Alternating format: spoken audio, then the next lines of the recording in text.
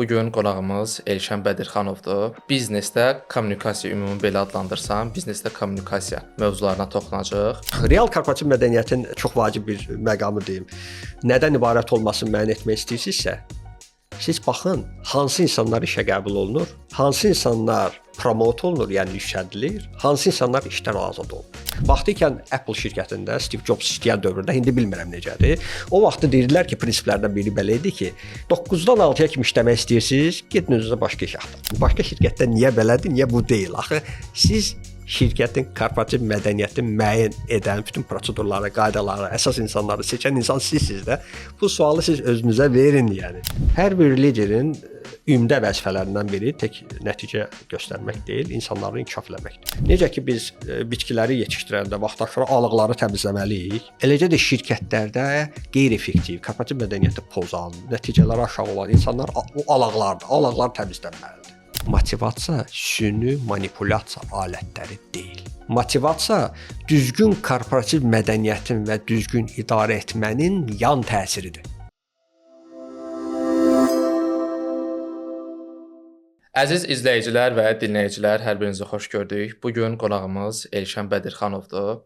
Biz əsasən biznesdə kommunikasiya, ümumi belə adlandırsam, biznesdə kommunikasiya mövzularına toxunacağıq. Elşən bəy, salam, xoş gəlmisiniz. Salam. Təşəkkür edirəm dəvətə görə. Xoşdur bizim üçün. Mən sizin haqqınızda bir bloq oxumuşdum, hansı ki deyir ki, başlığı belə idi. 23 yaşında şöbə müdiri, 33 yaşında isə bank rəhbəri oldu.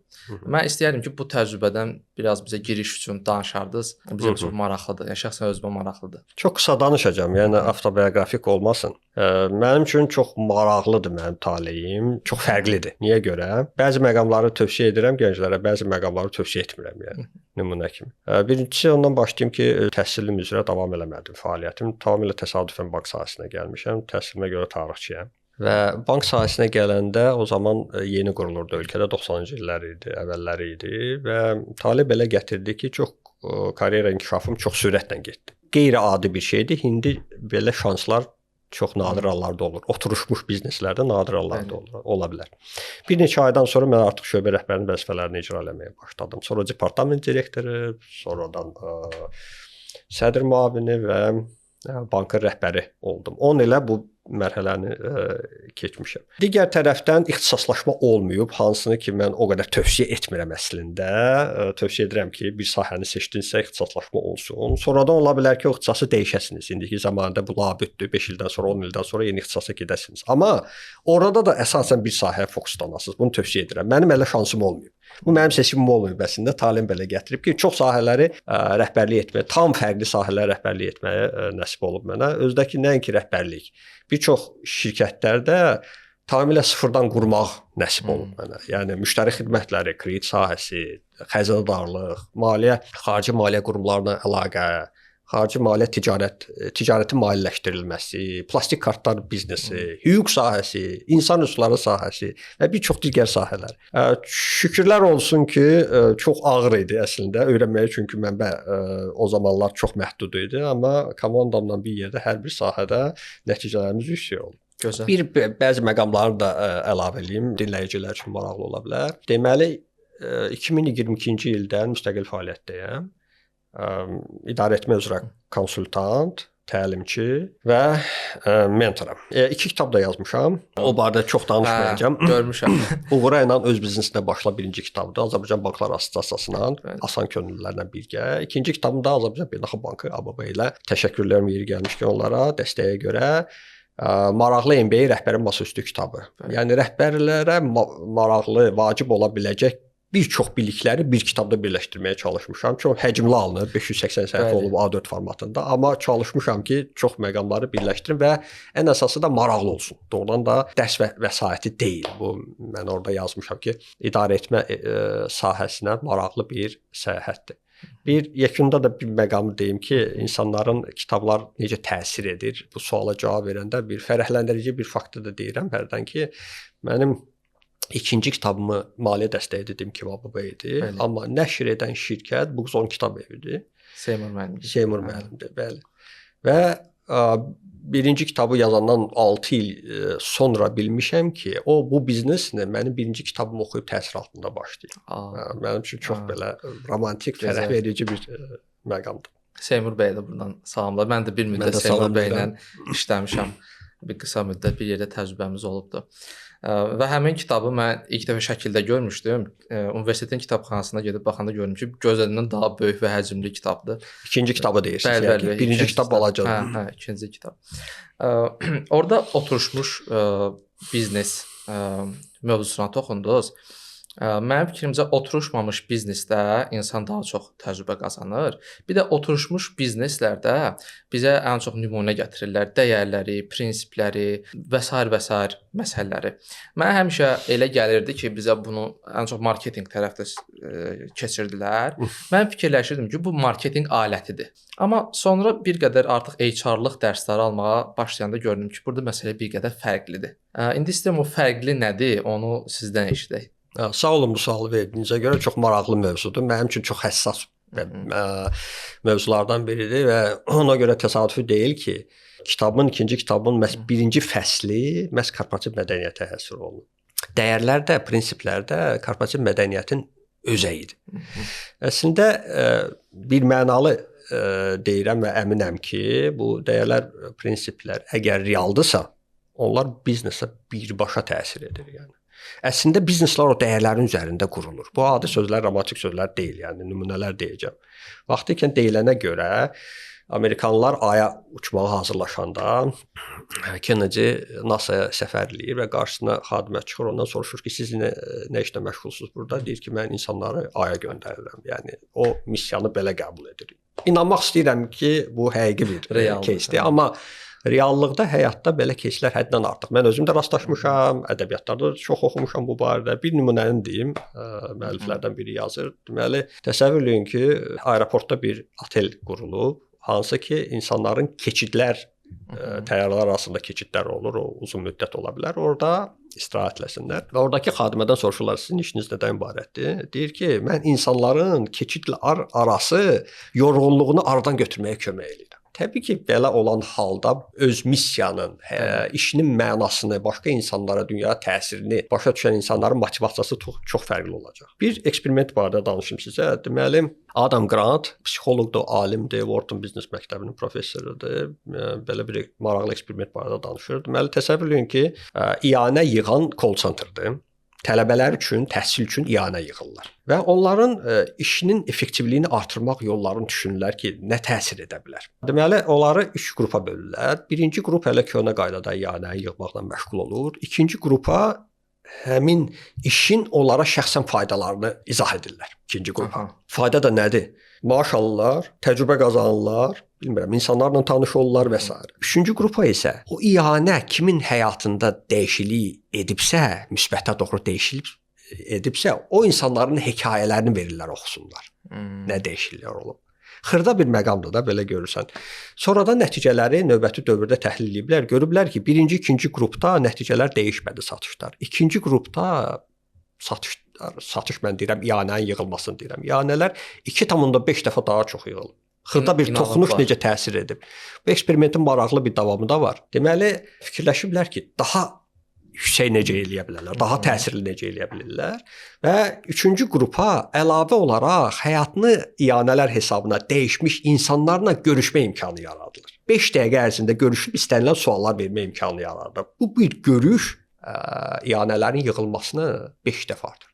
5 dəfə. İlkin dövrdə, yəni ikinci dövrdə 5 dəfə artır. Təsəvvür edirsiniz, insan doğrudan da öz işinin mənasını başa düşəndə və emosional onu qavrayanda şübhəsiz ki, nəticələri tam fərqli olur. O nöqtə nəzərdən bu dəyərlər, missiya, sloqanların real sloqanlarla ya dəyərlərin çox böyük əhəmiyyəti var. Şirkətlərdə dəyərlərə əksəriyyətində formal yanaşmadır. Siz deyən kimi marketinq elementi də saytda olsun. Bəli. Bir misal deyim. Şirkətlərin birində, tanış şirkətlərin birində deməli bir iri toplantıdır, iri şirkətdir. Bütün rəhbərlər zala toplaşır, təbdirdir. 150 nəfər rəhbərlərdir yalnız.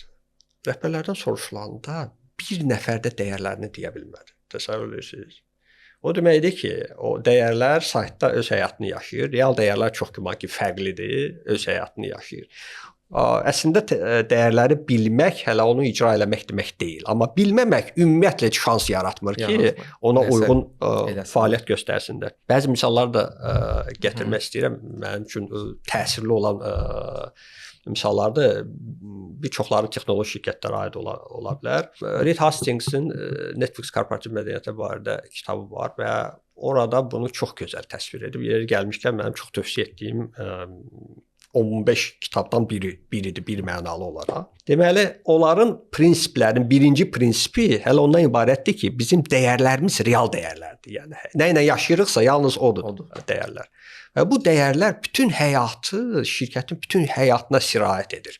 Bütün hörümçək toru kimi tam olaraq sirayət edir və onların bir misal üzərində deyəcəm ki, istəyəsiniz ki, necə bir-birinə bağlıdır hamısı. Buna görə də yalnız bir prinsipin bir hissəsini tətbiq etmək məsələni həll etməyəcək. Yalnız kompleks şəkildə olmalıdır, bir-birinə hamısı bağlı olmalıdır. Misal üçün, bir prinsiplərdən biri azadlıq və məsuliyyətdir. Buna necə gəliblər? Deməli, 2000-ci ildə dotcom böhranı dövründə ilk dəfə və yeganə dəfə tarixlərində ixtisar eləyiblər və 90 nəfərdən fikirləşiblər ki, kimi ixtisarlasınlar. Ən istedadlarını saxlayıblar, nisbətən daha zəiflərini azadlayıblar, 30 nəfəri, 60 nəfər qalıb. Və sonra da seyirli dəyişikliklər baş verib. Bir müddətdən sonra fikir veriblər ki, onların məsuldarlığı 90 nəfərlə işləyən qədər eyni qədərdir. Dəyişməyib.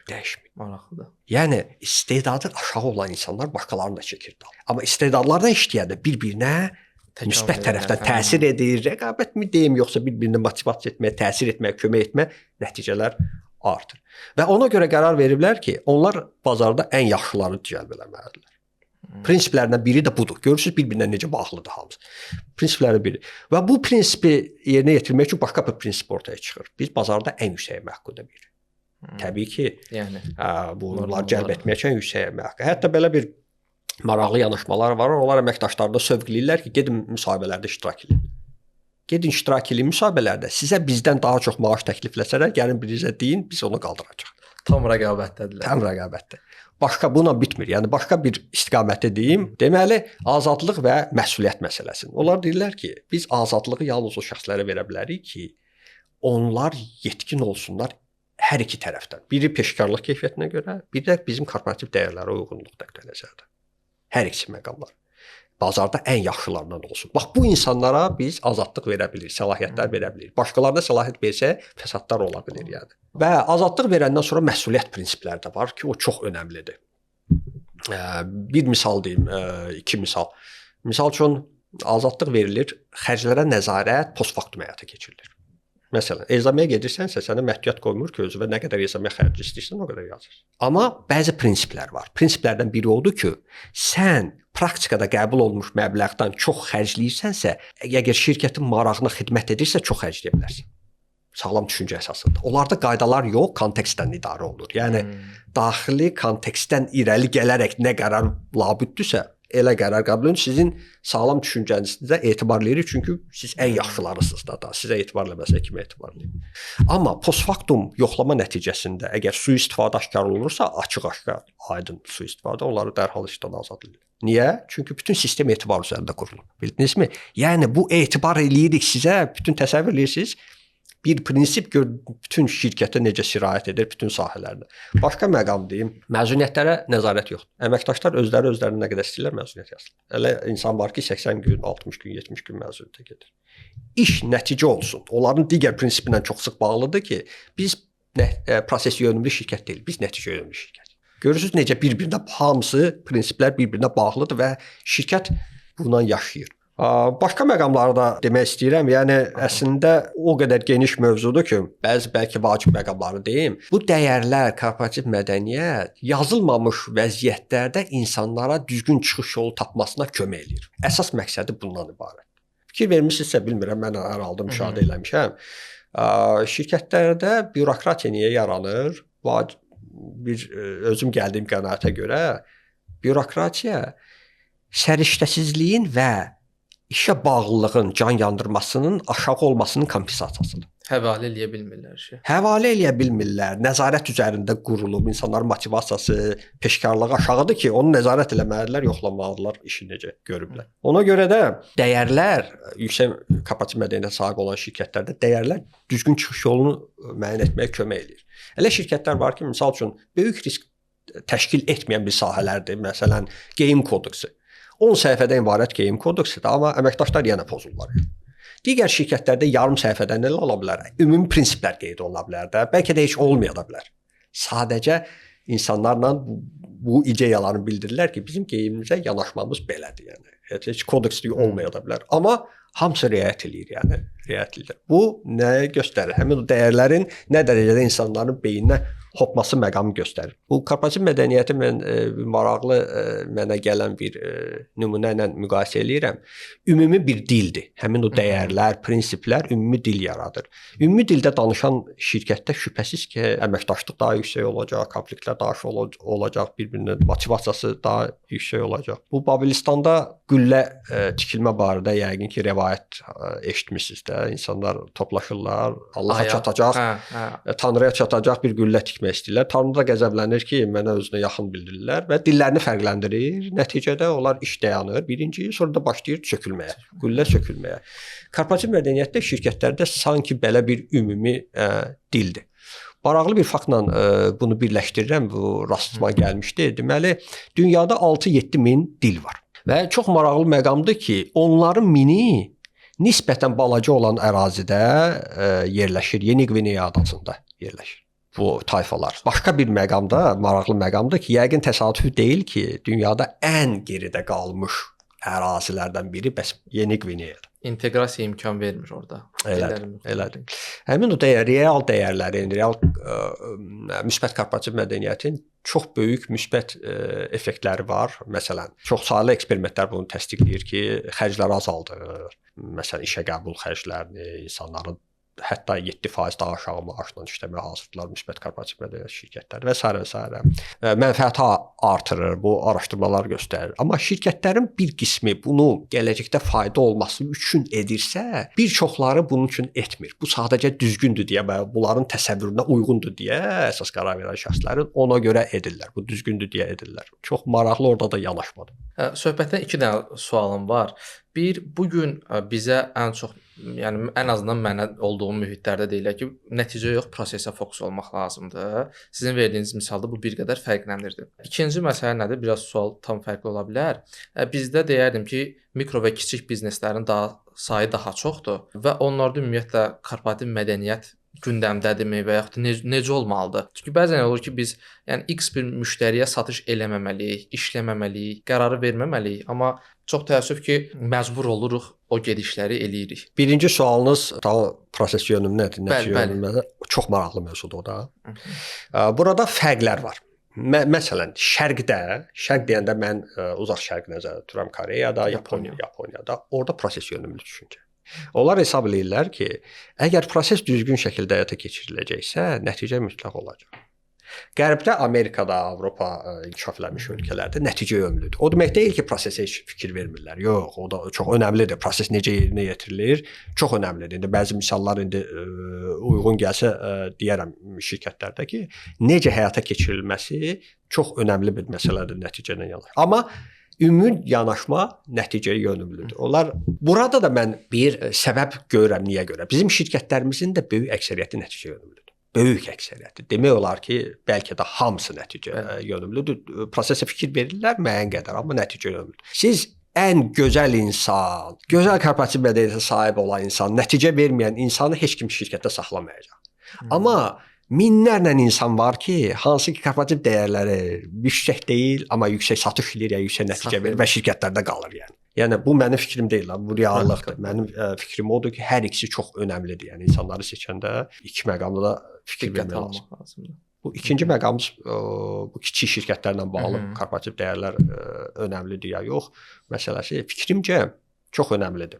Şirkət yavaş-yavaş böyüyür də. Heç bir şirkət birdən-birə böyük konglomerat olmayıb da və o dəyərləri necə formalaşırsa, elə də davam edir.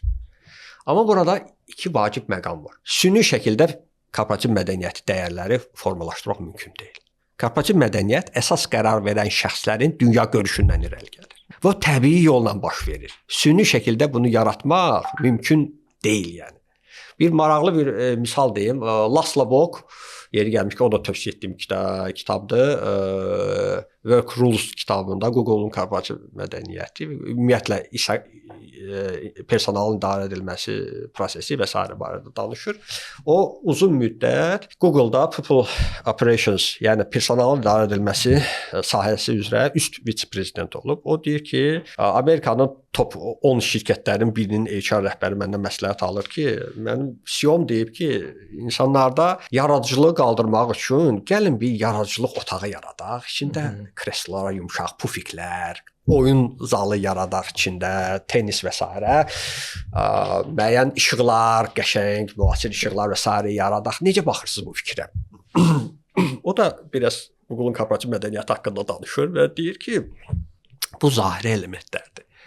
Bu yalnız PR, marketinq məqsədi ilə istifadə ola bilər. Kimsə şəklini çəkib Instagrama yerləşdirə bilər. Hansısa bir xırda bir müsbət tərəfləri ola bilər. Amma əsas məqam bundan deyil. Deyir ki, siz istəyirsiniz yaradıcılıq olsun, rəhbərliyin toplantısına sıravi əməkdaşları dəvətləyirsiniz.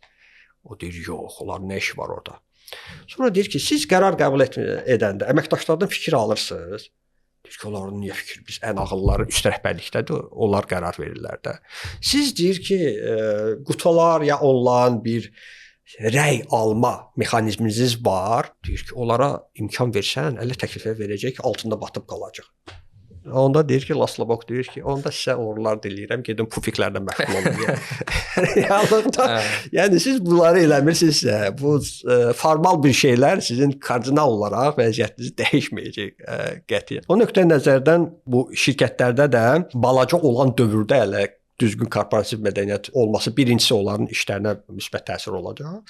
Uzun vadəli. Qısa vadəli düzgün dəyərləri riayət etmək xərc gətirə bilər. İnsanlar əsas ona fokuslanır.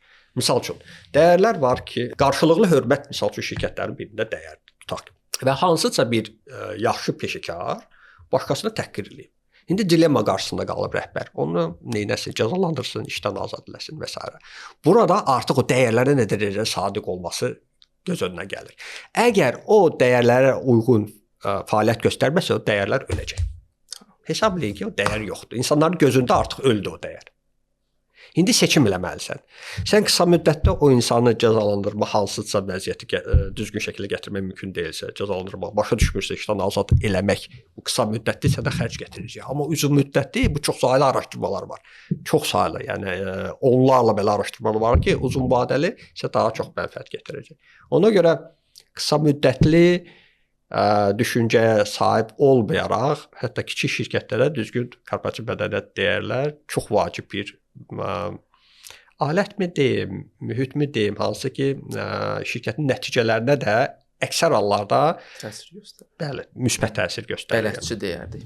Bələdçidir. 100% bələdçidir. Hətta öz biznesinə bir misal gətirim, başqa bir misal da gətirim iri şirkətlərdən, həmin Laszlo Bock Google-dakı misaldan deyir ki, bizim dəyərlərimiz düzgündür deyə biz onları riayət edirik də. Məsələn, Çin vaxtı ikən onlara məhdudiyyətlər qoyulmuşdu və tələblər irəli sürmüşdü. Deyir ki, bizim dəyərlərimizə zidd oldu deyə biz biznesimizi ziyan gətirərək onları qəbul etmədik. Yəni bizim üçün dəyərlər daha önəmli bir məsələdir, bəli. Əla mövzular idi bunlar. Həqiqətən düşünürəm ki, şəxsi də olsa, biznes də olsa, dəyərlər mühümdür. Dəyərlər yol xəritəsidir və biz buna riayət etməliyik. Belə xülasə isə kiçik bizneslərdə belə başa düşdüm ki, birbaşa bu şirkəti quran şəxs və ya şəxslərdən asılıdır ki, onlar bunu qarşılasın. Bir mənalı. Yəni əsas qərar verən şəxs adətən Azərbaycanda bu təşkil olunur. Hansı ki, qollarını çırmalayıb cari işin, biznesin içindədir. O şəxs korporativ mədəniyyəti müəyyən edən, özündən asılı olmayaraq, bütün davranışlarından, qərarlarından, gündəlik fəaliyyətindən, düşüncəsindən və s. o korporativ mədəniyyəti formalaşdırır. Cəlb etdiyi insanlarla. Real korporativ mədəniyyətin çox vacib bir məqamı deyim. Nədən ibarət olmasını müəyyən etmək istəyirsinizsə, siz baxın, hansı insanlar işə qəbul olunur, hansı insanlar promote olunur, yəni yüksəldilir, hansı insanlar işdən azad olunur. Bax bununla bilinir real korporativ dəyərlər nədən ibarətdir. Əgər bir dəyərlər haqqında danışılırsa, tamam başqa dəyərlər, müsahibədə heç o dəyərlər fikir verilmirsə işə qəbul prosesində, promote olunanda o dəyərlərə riayət olunmursa, işdən azad olunanda riayət olunmursa, o deməkdir ki, real dəyərlər hələ icrada nədirsə odur. Elşən bəy, bayaq Netflix misalında qeyd etdiniz ki, onlar istəyirlər ki, ən belə istedadlı, bacarıqlı əməkdaşları işə cəlb eləsinlər.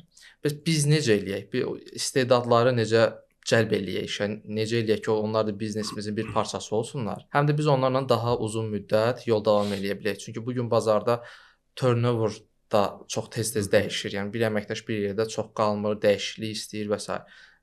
Sual budur ki, necə istedadları cəlb eləyək və uzun müddət onları saxlaya bilək? Çalışacağam biraz qısa eləyim nə qədər mümkünsə.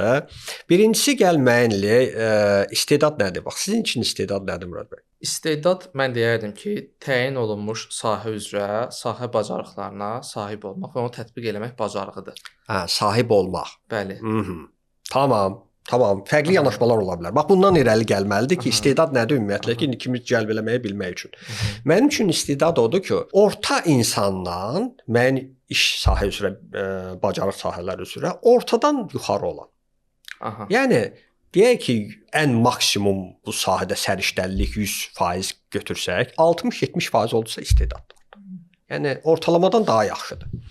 100% yaxın olan bu dahilikdir. Bu fərqli şeydir. Bu nadir hallarda olur. İstedad insanların böyük əksəriyyətində var, yəni demək olar hamısında var. Sadəcə istedad fərqli sahələrdə olur. Birincisi, dərəcəsi fərqlənə bilər və aşkarlanmaya bilər. Bax, çox önəmli məsələdir ki, bu istedadı aşkarlamaq məsələsi məqama indi imkanım olsa o məsələyə də toxunacağam. Əslində istedadın rolu deyilir ki, çox böyükdür, razıyam bu fikirlə. Xüsusən də əqli fəaliyyətə nə qədər yaxındırsa şirkətin fəaliyyəti, bir o qədər istedadın rolu artır. Bu texnoloji şirkətlərdə daha yüksəkdir. Digərlərində nisbətən daha yüksəkdir. Ona görə də istedadların idarə edilməsi, cəlb olunması və idarə edilməsi çox vacib bir məqamdır. Bir sıra məqamlar burada vacibdir. Ola bilsin ki, bir balaca sumbur danışacağam, amma çalışacağam ki, çox məqamları əhatə edeyim. İstedad şirkətə cəlb edəndə sizin strategiyanıza uyğun olmalıdır. Sizin iş yanaşmanıza da uyğun olmalıdır. Məsələn, bir maraqlı bir eksperiment müqayisə eləmişdilər. 2 broker şirkəti idi Amerikada. Birində prosedurlar yox idi. Necə istəyirsən elə nəticə verir. Yəni yüksək satışlar. İkincisində isə skriptlər yazılmışdı, qaydalar öyrədilirdi, necə satmaq lazımdır və s. elə şəkillərində. Deməli, hər iki şirkətin istedadlı insanları var idi. Deməli, ikisində də yüksək nəticə göstərən. Amma bu insanların yerlərini dəyişsə işləyə bilməzdi. Bunların strategiyası, dəyərlər, iş prinsipləri fərqlidir. Ona görə də istedad, mən həmişə deyirəm bunu, bir qədər bəziləri düşünüb sonra razılaşırlar. Uğurlu insan absolut uğurlu olmur. Konkret bir şəraitdə uğurlu ya uğursuz olur. Nümunələrim çoxdur. Elə insanlar tanıyıram ki, bir yerdə çalışdığımız. Bir şirkətdə uğurlu olub, digər şirkəti gəlib uğursuz olub, digər şirkətə gəlib yenə uğurlu olub və ya tərsinə olur yəni. Ona görə absolut deyil. Şübhəsiz ki, daha istedadlı insanın nə qədər istedadı çoxdursa, nə qədər kommunikasiya qabiliyyəti yüksəkdirsə, bir o qədər şansı bütün şirkətlərdə daha yuxarı nəticə göstərmək şansı yüksəkdir. Amma birəbir olmur. Sonra korporativ mədəniyyətə uyğunluq məsələsi çox önəmlidir. İstedadlı ola bilər, amma ola bilər konfliktlidir. Amma bu şirkətdə insanlara hörmət dəyərlərdən biridir və qəbul olunmur yəni. Bu daxildə həmin o istedad bütün mühiti o elə korlaya bilər ki, həmin o verdiyi faydadan qat-qat daha çox ziyan ola bilər. Məşhur misal deyim, Zappos şirkətində ayaqqabı satıcısı, sonra Amazon aldı o şirkəti. Onlarda insanların seçimi 2 mərhələdən ibarətdir. Bəzi şirkətlərdə daha çox olur. Mərhələlərdən ikisi də eyni dəyər kəsb edir. Birindən keçməsə insan qəbul olunmur. Biri peşəkar keyfiyyətlərdir, biri korporativ mədəniyyətə uyğunluqdur. Birinə uyğun gəlməsə insan işə qəbul olunur. Çox önəmli məsələdir. Vaxtı ikən Apple şirkətində Steve Jobs işləyən dövrdə, indi bilmirəm necədir. O vaxtı deyirdilər ki, prinsiplərdən biri belə idi ki, 9-dan 6-ya kimi işləmək istəyirsiniz, gedin özünüzə başqa iş axtarın. Bizlik deyilsiniz yəni. Bizə lazımdır dünyanı dəyişmək istəyən, özünü reallaşdıran, öyrənmək istəyən və yüksək qazanc əldə edən insanlar lazımdır bizə. Elə olurdu ki, orada məxfi məhsulları hazırlayanda 2 həftəlik insanları otağa bağlayırdılar. Çarpayı və s. qoyurdular orada, bayıra çıxmağı qoymurdular ki, məxfilik pozula bilər və elə istəyirdilər. orada işləyən 9-dan 6-ya kimi işləyən, work-life balance, klassik formada işləyən insan orada xoşbəxt olacaqmı? Yox. Ona görə də istedad deyəndə absolut bir istedad bütün şirkətlərə yaralır. Bax bu çox vacib məsələdir. İkinci məqam, çox vacib məqam istedadların idarə edilməsində insanı istedadına uyğun işlə məşğul olmağa həvalə etmək lazımdır. Bir insan rəsmdə istedadlı ola bilər, amma müştəri xidmətlərində istedadı yoxdursa, onu demək olmaz ki, hər yerdə istedadlıdır. Ona görə də istedadlı insanlar siyasətdən də danışır, musiqidən danışır. Mən skeptik yanaşıram ki, sənin istedadın budur da. Bu siyasət proqnozu vermək sənin istedadın deyilsə, niyə məcbur olaraq onu verirsən ki? Hər bir insanın ola bilər iki istedadı olsun insan. Amma istedadı olmayan sahədə ona verəndə birincisi işin nəticələri pis olur. İkincisi isə o motivasiyalı olmur. Öz bədbəxt hiss edir. Bu araşdırmalar göstərir bunu. Bunu çoxsaylı araşdırmalar göstərir. Sonra da istedadları cəlb eləmək üçün hansı faktorlar vacibdir? Bir faktoru biz barədə danışmışdım. Məsələn, iki seçim olsa, təxminən eyni imkanlar təklif edir. İnkişaf imkanları, kapasitet, mədəniyyət və s. Kimi seçəcək? Kimdə maaş yüksəkdir, onu seçəcək. Düzdürmü? Maaş yüksək olmalıdır istedadları cəlb etmək üçün. Maraqlı bir yanaşma eşitdim bu Google barədə oxuyanda. Onlarda Laszlo Bock deyir ki, siz əmin olun ki, sizin ən istedadlı insanlarınıza maaşı siz az verirsiniz. Lazımdan az verirsiniz. Çox maraqlı araşdırmalardır. İnsan beyninə sığışmır. Yəni araşdırmalar göstərir ki, və bu rəhbərləri Google-da da, Microsoft-da da, Bill Gates-in də sözləri var. Deyir ki, bizim ən istedadlı mühəndislərimiz digərlərindən yüzlərlə dəfə daha çox məhsuldar. Bəziləri onlarla deyir, bəziləri yüzlərlə dəfə deyir. Təsəvvür edirsiniz? Və təbii ki, onlardan 100 dəfə maaş yüksək vermək bu real görünməsə də, amma onlardan qat-qat çox, onlarla dəfə daha çox alması bu normal bir şeydir. Yəni ən istedadlılar ən yüksək maaş verilməlidir. Sonra hansı məqamlar insanlara təsir edir? Məsəl üçün HR brendi. Ən yaxşı HR brendi olan, şirkət brendi olan şirkətləri seçirlər. Şübhəsiz ki, digər parametrlər eynidirsə. İnkişaf imkanları onlar üçün çox önəmlidir. Səlahiyyətlərin verilməsi çox önəmlidir. Mikromenecment olan şirkətlərdə istedadlı qalmır. Bax, rəhbər mikromenecer oldusa, istedadlar bir-bir çıxıb gedəcəklər şirkətdən. Bu normal bir şeydir. Bəzən mən şirkət sahiblərindən də eşidirəm ki, niyə görə bizim insanlarımız təşəbbüskar deyil? Siz özünüzə sual verin. Niyə görə deyil? Yəni başqa şirkətdə niyə belədir, niyə bu deyil? Axı siz şirkətin korporativ mədəniyyətini müəyyən edən bütün prosedurları, qaydaları, əsas insanları seçən insan sizsiniz də. Bu sualı siz özünüzə verin, yəni. Niyə görə verirsiniz? Niyə görə bu məqam yoxdur? Müstəqillik, fərqli yanaşma, iş qrafikinin məsələn fərqli olması bu çox vacib məsələdir. Digər bir mənə sual verirlər ki, istedadlara biz fərqli yanaşsaq, axı daxildə mühit pozulacaq, başqaları motivasiya olacaq. Mən də deyirəm ki, bunu şəffaf etməlisiniz də. Qabaqcadan bəlli olmalıdır. Konkret bir insana görə qaydanı dəyişməli deyilsiniz. Siz qabaqcadan elan etməlisiniz ki, məsələn, bu nəticələri əldə edən hər kəsə azad qrafik verilir, bir gün əlavə istirahət verilir, digərlərindən daha çox və başqa hansısa imtiyazlar verilir və s. Hansı ki, onlar üçün dəyərlidir. Ondan da soruşmaq lazımdır ki, sizin üçün nə dəyərlidir? O dəyərli məqamı verilə bilər. Çox vacib bir məsələdir, şirkətdə idarəçilikdən ayırmaq olmaz bu məsələni. Həmişə deyirəm, istedadları yalnız istedadlı rəhbər idarə edə bilər. Bu mümkün deyil də, istedadsız bir insandan istedadlı komfortlu saymayacaq, öyrənə bilməyəcək, əvvəl-axır çıxıb gedəcək də, istedadsız rəhbərdən çıxıb gedəcək. Üstəlik də niyə istedadlı liderlər olmalıdır? Biz yalnız cəlbdən danışmalı deyilik. İstedadların daxildə aşkarlanmasından da danışmalıyıq. Ola bilər insan qəbul olunur, onun istedadı aşkarlanmaq üçün mühit lazımdır. Həmin liderin yanaşması, korporativ mədəniyyət müvafiq olmalıdır ki, aşkarlasın. Bax, o liderlər istedadı aşkarlayırlar və inkişaf etdirirlər. Hər bir liderin ümdə vəzifələrindən biri tək nəticə göstərmək deyil, insanları inkişaf eləməkdir. Bu, onların imtiyazı deyil. Həmişə deyirəm, rəhbərlər bir qədər belə yanaşırlar. Bəzən, hamısı yox, şübhəsiz ki, çoxsu bunu anlayır, qəbul edir, başa düşür. Bu vəzifə borcudur.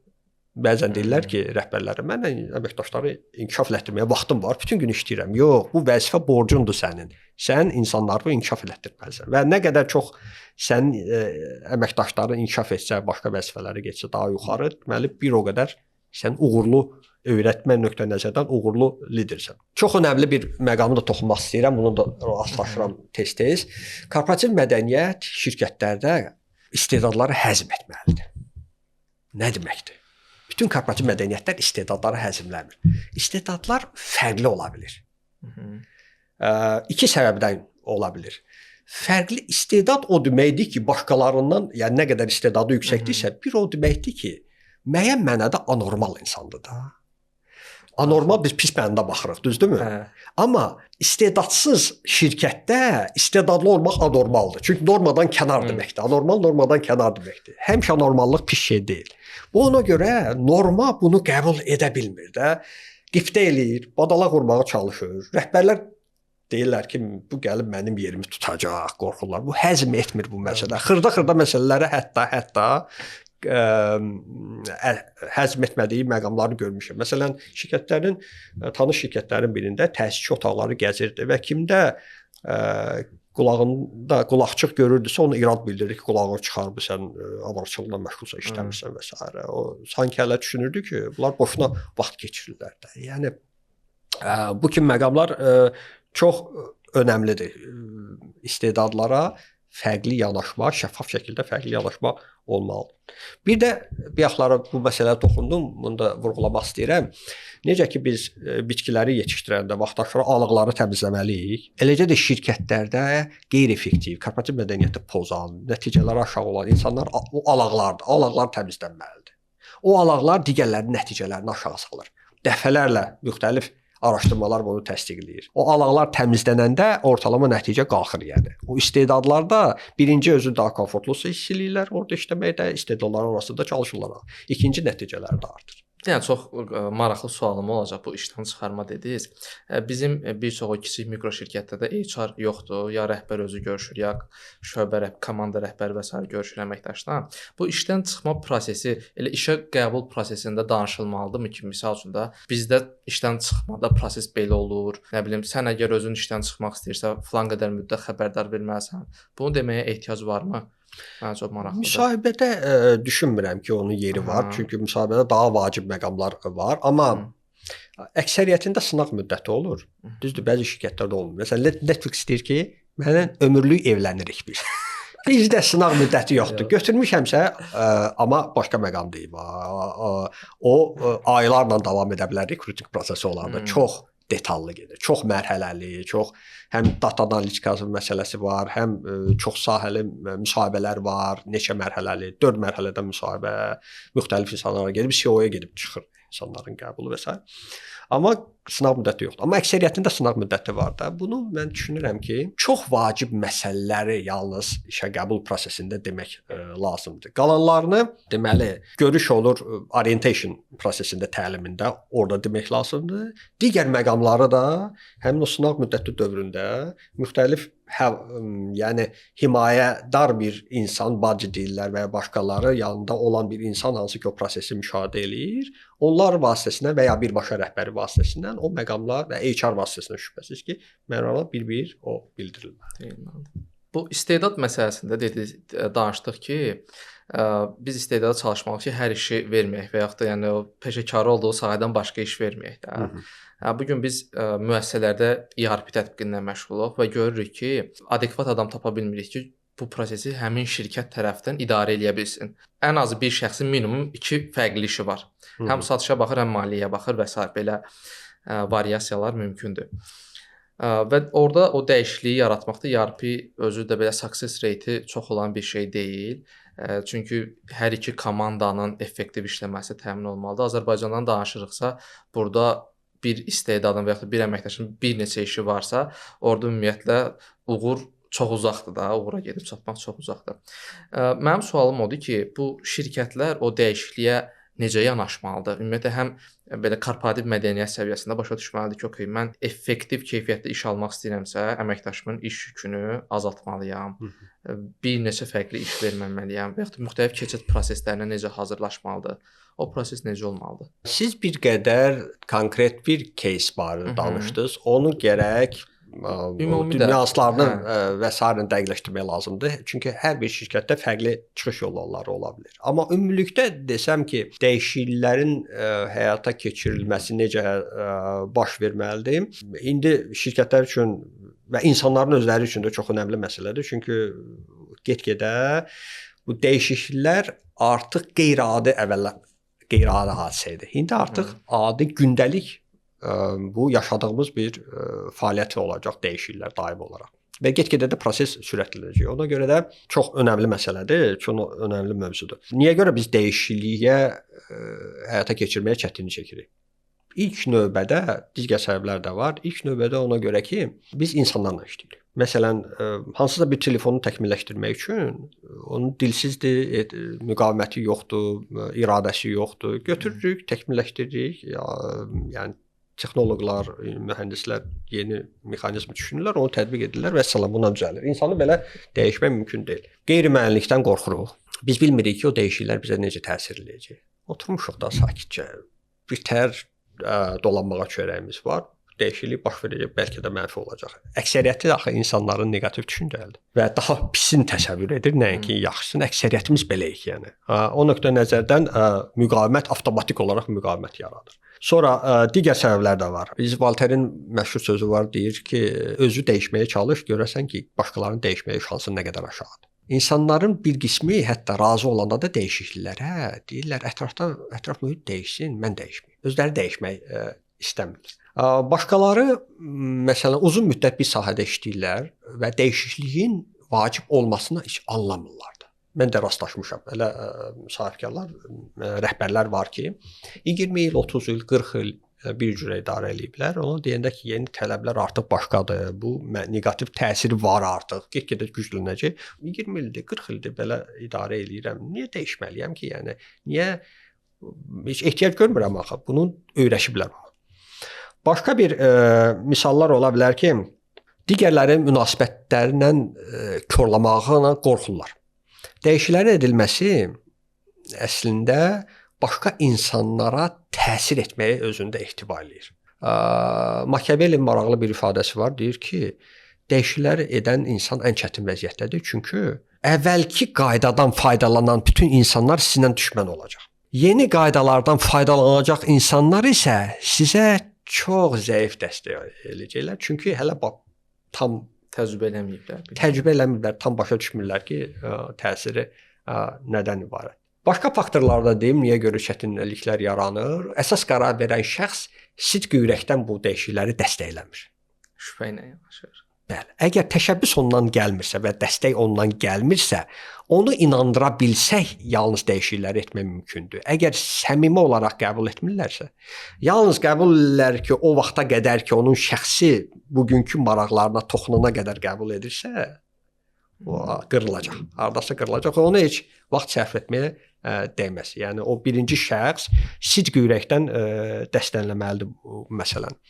İnsanların dəyişmək istəməməsi tənbəlliklə də bağlıdır. Yeni vəziyyətə axı yeni enerji sərfləməlisən təzə bir şəraitə. Gələcəkdə daha yaxşı olacaq. Çox güman ki, amma zəhmət çəkməlisən ki.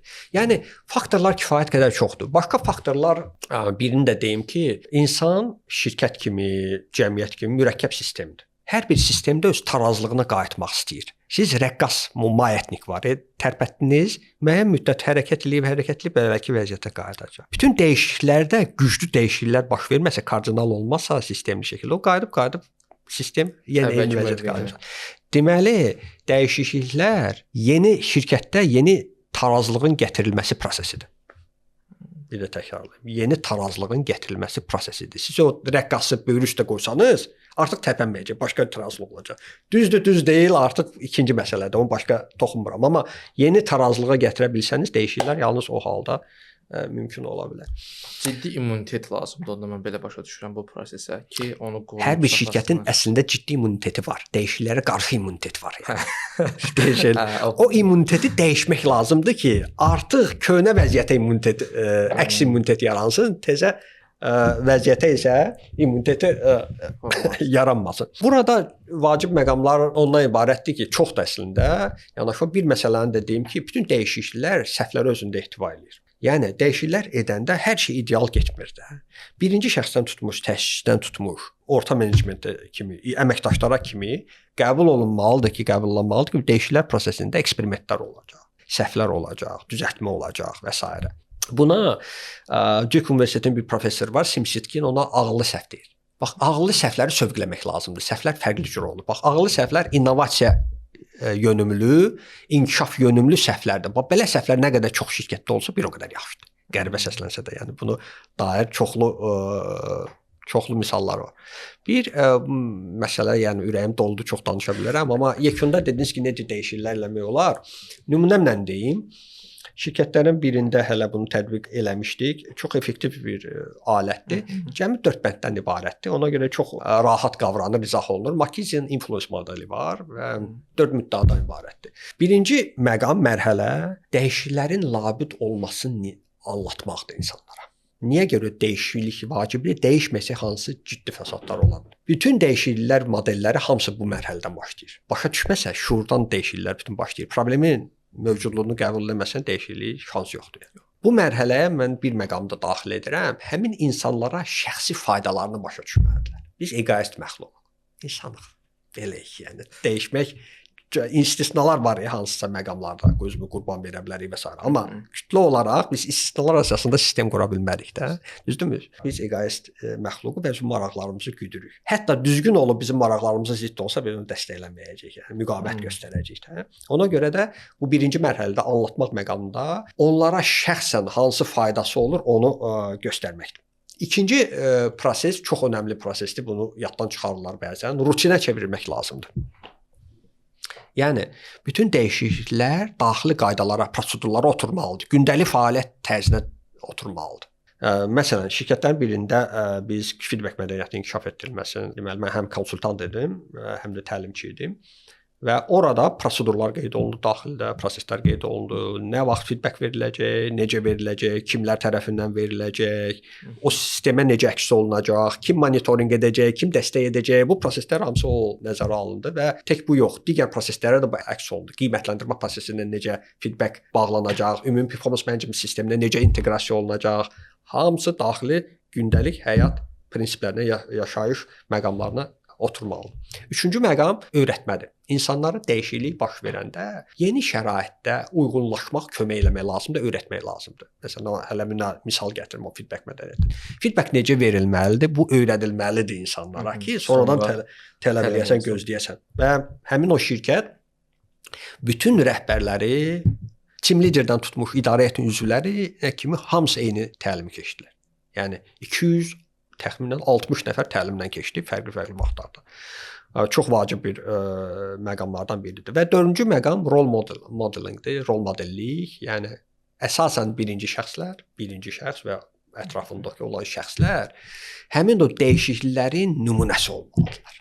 Öz şəxsi fəaliyyətində, gündəlik fəaliyyətində onu nümayiş etdirməlidirlər. Hətta kritik vaxtlarda. Kritik vaxtda nə qərar verirsinizsə, insanlar onu görürlər. Yaxşı vaxtda nə vaxtdır, heç bir məsuliyyətin olmayan, çətin olmayanda, onu qərar verəndə nə var ki eləmək. Amma sən çətinlik çəkəndə, öz daxili bir istiraf keçirərək ya da ki, xərc çəkərək o prinsiplərə riayət edirsənsə, həmin dəyişikliklər prinsiplərinə onda etibar yaranır ki, doğrudan da belə sözlər əbəs sözlər deyil.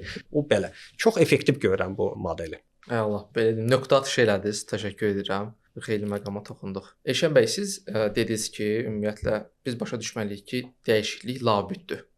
Yəni bu prosesdə çalışmalıyıq ki, müəyyən dəyişiklik edək, səhvlər də edəcəyik, müəyyən qərarlar da verməli olacağıq və s. Ümumiyyətlə bu inkişaf prosesində, yəni biz şəxs olaraq da dəyişəndə başa düşürük ki, inkişaf eləmişik. Komfort zonadan çıxanda başa düşürük ki, inkişaf eləmişik. Ümumiyyətlə bir şirkətin də belə deyək, inkişafında hansı alətlər ona yararlı olur? Nə lazımdır? Hansı alətlərdən istifadə əməkdaşların inkişafını nəzərdə tutursunuz? Bəli, əlbəttə ki, əməkdaşlardan söhbət gedir. Çünki elə əmək fəaliyyətidir. Belə baxanda şirkətdə olan proseslərdə istedadlardır, əməkdaşlardır və s. Burada əslində alətlər çoxdur. Biri haqqında danışım, mənim üçün maraqlı olan sahələrdən biridir. Bu mentorluqdur. Bayaqları mən dedim ki, əməkdaşların inkişafı rəhbərlərin vəzifə borcudur. Mentorluq iki növ var. Biri iş başında mentorluqdur, biri inkişaf edici mentorluqdur. İş başında mentorluğu bütün rəhbər olaraq hamımız görmüşük. Mən də rəhbərlik edəndə mentorluq eləyirdim. Adını mentorluq adlandırmırıq, amma insanları öyrətmək, bu istiqamətləndirmək bu mentorluğun vacib hissəsidir. Bu mentorluqda daha çox adətən daha az təcrübəli insanlara edilir deyə orada göstərirəm elə prinsiplədir. Yəni istiqamətləndirir, müzakirələr apara bilir, amma çox ona fokuslanmır. Burada güc olur mentordadır. O deyiləni mençi də edir. Amma eyni zamanda bu Azərbaycanda demək olar heç yayılmayıb, heç yayılmayıb. Bu inkişaf edici mentorluqdur. Bu çox önəmlidir. Deməli, burada mentorla mençi bərabər hüquqlu bir şəxslərdir. Və mentorla mençi bir çox səbəbə görə, o cümlədən ona görə ki, o səmimi olmalıdır mençi və s. birbaşa rəhbər olmalı deyil mentor. Təslim ola bilməlidir mentor. Bəli. Səmimi etiraf eləməlidir və s. Birbaşa rəhbərlə müəyyən problemlər yarana bilər deyə bu olmalıdır digər rəhbərlər və ya da ki kənar şəxslər, şirkətdən kənar şəxslər mentor olmalıdır. Orada bərabər hüquqlu münasibətdir. Və mençi öz nail olmaq istədiyi hədəfi qeyd eləyir. Hansısa yumşaq keyfiyyətli inkişaf etdirmək, karyera üzrə inkişaf etdirmək, hansısa problemi həll etmək, hansısa nəticələri, fürsətlərdən yararlanmaq və mentor açıq, aydın istiqamət, göstəriş vermir. Mentor öz təcrübəsindən danışır və lazım bildikdə başqa şəxslərin tanıdığı, yaxın tanıdığı insanların təcrübəsindən danışır ki, bu məsələlərdə belə kimi çıxış yolları mövcuddur. Mençi onu dinləyir. Sonradan müzakirə edirlər ki, sual verirlər, hansını bəyəndiniz? Ola bilər öz çıxış yolların, öz beynində olan çıxış yolları barədə sual verir mentor və s. Yekunda mençi özü çıxış yolu müəyyən edir, özü seçir. Və ondan sonra da mentor əgər mençi istəsə, həmin o prosesdə, yolda müşahidəçi rolunu oynayır. Və əslində çox tövsiyə edirəm onu. Niyə görə? Çünki vaxtaşırı insan biləndə ki, mənə mentorla görüşüm olacaq və proqresi müzakirə eləyəcək, daha məsuliyyətli olur. Yəni istər-istəməz hamımız insanıq da. Hətta kifayət qədər məsuliyyətli insanda bir aya müəyyən edən işi biləndə ki, onu sonradan mentorla onu barədə söhbət eləyəcək, xeyli məsuliyyəti daha yüksək olur. Mən bu ildən mentorluq fəaliyyətdə başlamışam, inkişaf edici, çox maraqlı sahədir. Həddən artıq.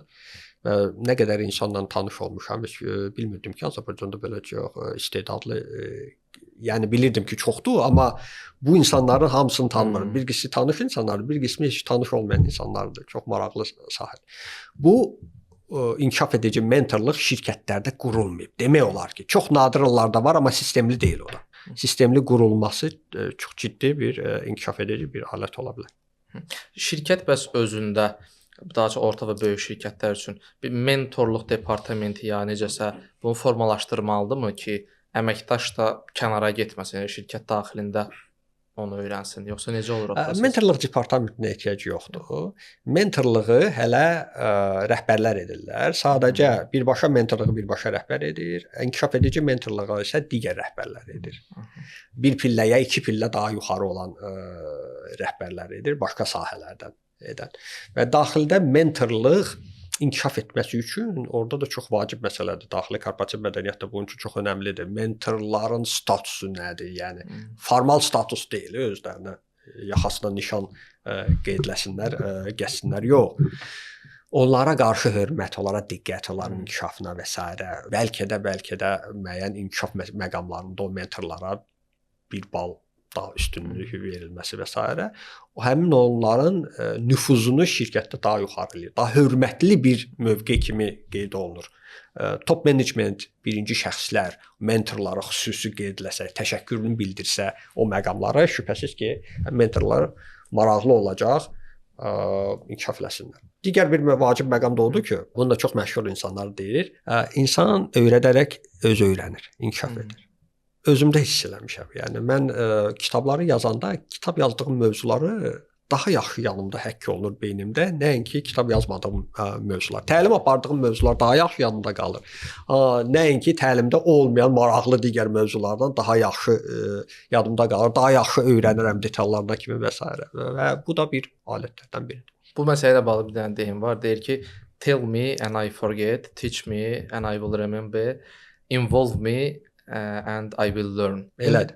Onun yeri gəlmişkən tədqiqatlarla əsaslandırılması var. Fərqli rəqəmlər bildirilir və nəticə etibarilə təlimdə iştirak edənlərin təqribən 2 həftə ərzində böyük əksəriyyəti bir 10-20% qalır beynində. Qalanlar etir. gedir. Yəni insandan insana fərqlənə bilər, amma təxminən belədir. Amma siz onu işdə tətbiq eləsəniz, təlim prosesində də tətbiq etsəniz, nə qədər çox tətbiq eləsəniz, üstəlik də işdə tətbiq eləsəniz, o 90% qalır. Qalacaq yaddaşda. 90% qalır yaddaşda. 2 sual da verim, yekunlaşdıraq. Maraqlı söhbətdir, doyum olmur həqiqətən söhbətinizə. Könül istəyər ki, və günlərlə oturub danışaq. Bir, orada mentorluqda dediniz ki, birbaşa nə iş görməlidir onu demir. Təcrübəni danışır və deyir ki, okey, buradan nə çıxartdın. Bu gün bizdə adətən rəhbərlər konkret işi tapşırır ki, get bunu bu formada gör. Onun riski nədir? Rəhbərlərdən əgər danışırıqsa, birbaşa əməkdaşlarına orada birbaşa hələ necə görülməsini izah edir. Təcrübəsi nə qədər azdırsa, bir o qədər direktiv edir. Təcrübə nə qədər çoxdursa əməkdaşın, bir o qədər artıq formatlar dəyişir. Situativ liderliyin çox maraqlı yanaşması var və onu mən adaptasiya eləmişəm, öz yanaşmam var. Mən də konsultasiyada, təlimlərdə bu öz modelimi təqdim eləyirəm. Orada daha praqmatik görürəm orada. İnsanların hazırlığı, istəməyi və bacarıqlığı əsasında, istəməyi də fərqli cür ola bilər. Nəyə görə istəyir, nəyə görə istəmir və bacarıqlığı da fərqli məqam ola bilər. Qabiliyyəti yoxdur, yoxsa hələ öyrənməyib. Fərqli şeylərdir. O 4 parametrə fərqli olaraq hər bir əməkdaşı fərqli yanaşmanı sövqləmək lazımdır. Onları öyrətmə, idarə etmə vasitələri dəyişməlidir, yəni. Nə qədər çox insan istedadlıdırsa, nə qədər çox təcrübəsi varsa, bir o qədər artıq birbaşa direkt mentorluqdan inkişaf edici mentorluğa yaxın üsullardan istifadə etmək tövsiyə olunur. Coachvari liderlikdir də, sual verirsən, əvvəl sual verirsən ki, səncə bunu necə etmək lazımdır? Niyə belə düşünürsən? Bunun daha yaxşı, bunun hansı fəsadları ola bilər və s. Onları qıdıqlayırsan ki, beyinlərini qıdıqlayırsan ki, onlar cavab tapsın. Şübhəsiz ki, yekunda əgər düzgün cavab tapılmasa, rəhbər özü bunu deməlidir, şübhəsiz ki, boşdan buraxmalıdır. Riskdən qarşısınız. Bəs yaxşı, hər şeyi danışdıq. Sonda yenə bəzən məsələ gəlir motivasiyaya dayanır. Əməkdaşın motivasiyası olmur. Bəli, onun düyməsi hardadır? O hardan belə yandıraq işdəsin ya da belə sürət arsın. Farsaşı necə verək? Geniş məsələlərdən birini ən sonda saxlamısınız. Həddən artıq maraqlı, hər tərəfli mövzudur. Motivasiya nədir sizin üçün? Motivasiya yaxşı sualdır. Mən bunu gərəkdən soruşardım. Mən qabaqladım biraz. Mən deyim sizə, əziyyət verməyim sizə. Mən öz yanaşmamı deyim. Sizdə fərqli ola bilər. Motivasiya insanları hərəkətə sövq etməkdir. Bax, belə qəbul edilməlidir. Motivasiya sözü çox qəribədir ki, latın movere sözündən əməli gəlib. Heç bir-birinə oxşamır. İngilis move sözü hərəkət sözündən əməli gəlib. Tarixən insanları hesab edirdilər ki, 2 motivasiya edici qüvvəsi var. Qamçı və kökə. Yəni ağrıdan qaçmaq və həzz almaq. Reallıqda əksəriyyətində doğrudan da belədir. İndiyənə kimi əksəriyyəti belədir. Amma yalnız bundan ibarət olsaydı insan heyvanlardan çox da fərqlənməzdi. Eləmi? Bizim daha dərin motivatorlarımız var da, eynidir. Ona görə də bu 2 məqam kifayət eləmir. Motivasiya məqamları bilmirəm indi hardan başlayım. Birinci, motivasiyanın gözləntiləri düzgün qəbul etmək lazımdır. Məsələn, motivasiya səhv strategiyanın problemlərini həll edə bilmir. Əgər istiqamət səhvdirsə, misal üçün buradan getməliyik biz Qubaya, rəhbər də deyir ki, qaçın bu istiqamətə, göstərir Lənkərana.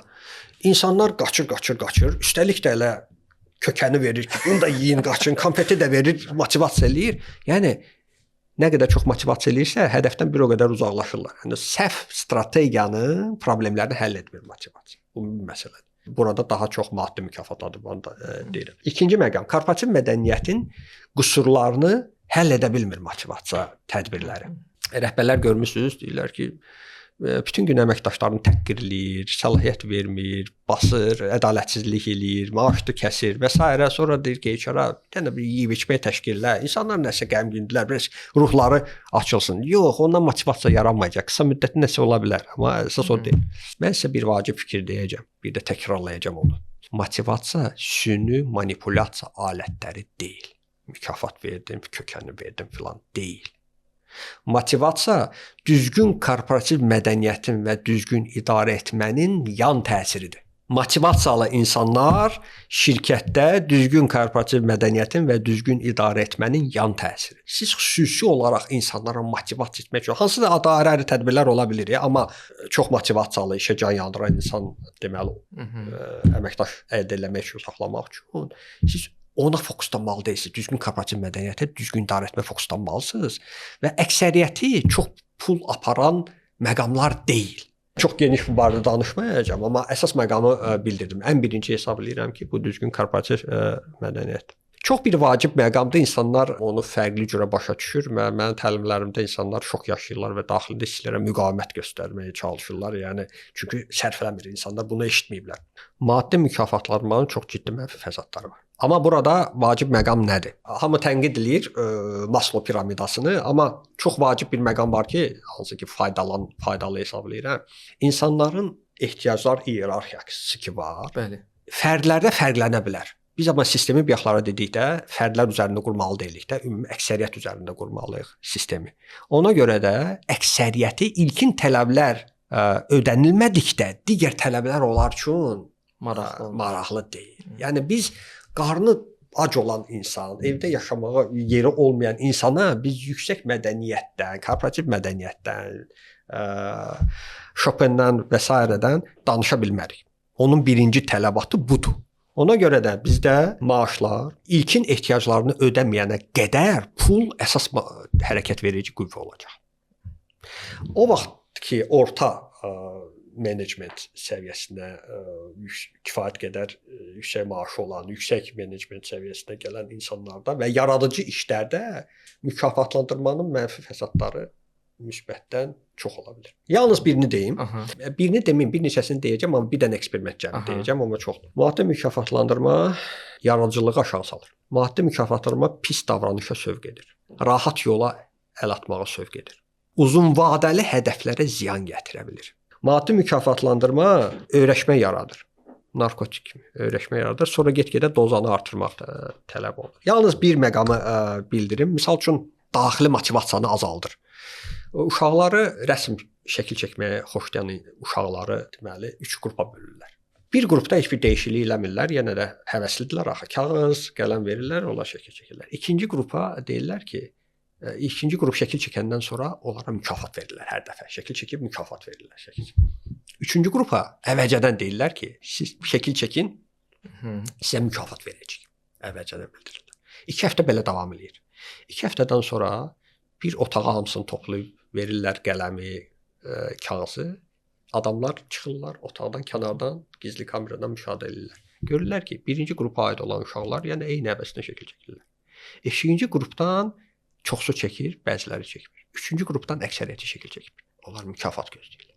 Daxili motivasiyası öldü. Yəni belə fəsadları nəzərə almaq lazımdır. Ona görə maddi mükafatlandırma bizdə motivasiya deyəndə əsasən maddi mükafatlandırma deyil. Mən bayaqları dedim, motivasiyalı insan nəyin yan təsiridir o barədə dedim. Amma maddi mükafatlandırma da bizdə vacib elementdir. Bəzi şirkətlərdə o maaşın çatışmazlığının kompensasiyasıdır.